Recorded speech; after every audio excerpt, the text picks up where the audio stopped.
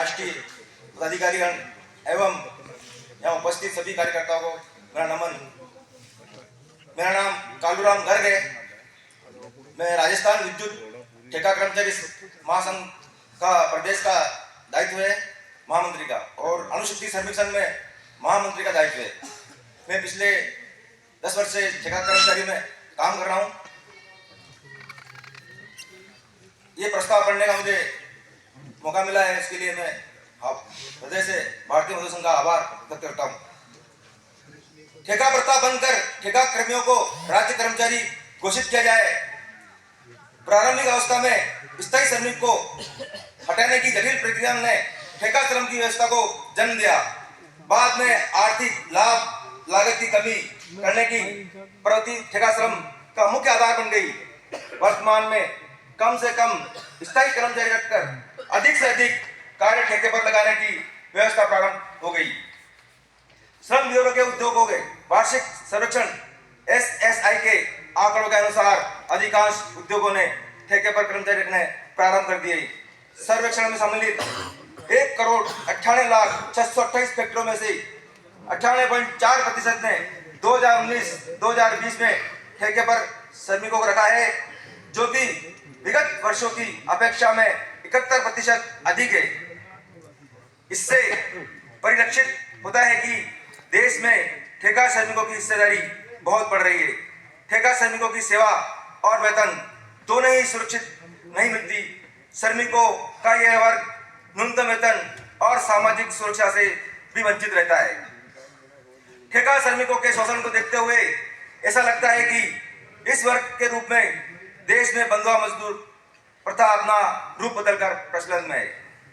ठेका श्रमिकों को शोषण से बचाने के लिए भारत सरकार ने श्रम निवारण एवं नियमितीकरण अधिनियम 1970 बनाया, परंतु यह कानून न तो ठेका श्रम के अंधाधुकरण पर रोक लगा पाया और न ही ठेका श्रमिकों के शोषण को मुक्त करा पाया। ठेका श्रम कानून का वर्तमान स्वरूप श्रमिकों के स्थान पर नियोक्ता के हितों को ही अधिक सुरक्षा प्रदान करता है। इसी का परिणाम है कि वर्तमान में स्थायी प्रवृत्ति के कार्य को कोर एक्टिविटी में भी ठेका श्रम लगाए जा रहे हैं। प्रबंधक की तानाशाही के कारण ठेका श्रमिकों की यूनियन बनाना और उसे चलाना बहुत ही कठिन है।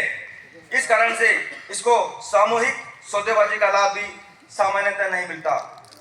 अतः भारतीय मजदूर संघ ठेका श्रम निवारण और नियमितीकरण नियम 1970 में निम्नलिखित संशोधन किया है। Contract labour regulation abolition act 1970 को प्रभावित करता है। किसी भी सरकार के लिए कानून बनाना ही पर्याप्त नहीं होता, बल्कि कानून की पालना सुनिश्चित करना भी उनका दायित्व होता है। ठेका श्रम 1970 की प्रभावी और कठोरता से पालना करी जाए, ये एक नंबर पे। दूसरे नंबर, उपभोक्ता ठेका श्रम कानून को लागू होने के लिए संस्थान में 20 या इससे अधिक ठेका श्रमिक कार्यरत होना आवश्यक है। इससे नियोक्ता द्वारा इसकी वास्तविक संख्या को छिपाया जाता है, अतः यह प्रावधान हटाया जाए। तीसरे नंबर पे है, देश के संविधान और सर्वोच्च न्यायालय के निर्देशानुसार समान कार्य का समान वेतन के सिद्धांत को लागू किया जाए। उपरोक्त अधिनियम के केंद्रीय नियमों के नियम 25 में इसका उल्लेख तो है, पर इसकी पालना नहीं होती। अतः समान कार्य का समान वेतन का प्रावधान अधिनियम में शामिल कर इसे अनिवार्य बनाया जाए।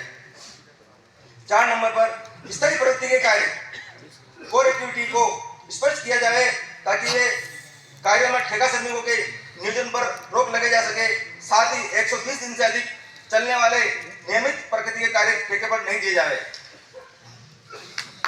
बिंदु नंबर 5 पर, बिंदु संख्या 4 का उल्लंघन करने पर तथा सरकार तथा न्यायालय द्वारा ठेका श्रम प्रतिबंध करने पर हटाए गए ठेका श्रमिकों का नियमितीकरण किया जाए तथा सेवा अवधि में ठेका श्रमिकों के वेतन और नियमित श्रमिक के वेतन का अंतर क्षतिपूर्ति के रूप में देने का प्रावधान कानून में किया जाए, ताकि कानून के उल्लंघन पर रोक लगे जा सके। 6 नंबर पर, ठेका श्रम कानून 1970 की धारा 35 में आपातकालीन की स्थिति में सरकार को इस कानून में छूट देने का अधिकार दिया गया है। सामान्यतः इस अधिकार का दुरुपयोग अधिक होता है, अतः आपातकालीन की स्थिति को स्पष्ट कर इसके अनुचित उपयोग पर रोक लगे जाए। 7 नंबर पर ठेका श्रमिकों का संस्थान या सरकारी कर्मचारियों के वेतन का न्यूनतम वेतन दे हो तो प्रावधान कानून में लाया जाए तथा लगातार सेवा के आधार पर वार्षिक वेतन वृद्धि एवं महंगाई भत्ते का प्रावधान लागू किया जाए। भारतीय मजदूर संघ उपरोक्त संसाधनों सुझाए गए नए प्रावधानों कानून के रूप में लागू करने की मांग करता है। जय हिंद, जय भारत।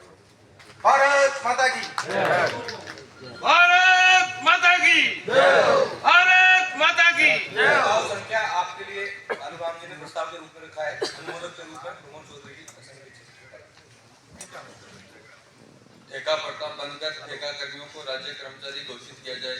यह प्रस्ताव ठेका श्रमिकों के हित के लिए मील का पत्थर साबित होगा।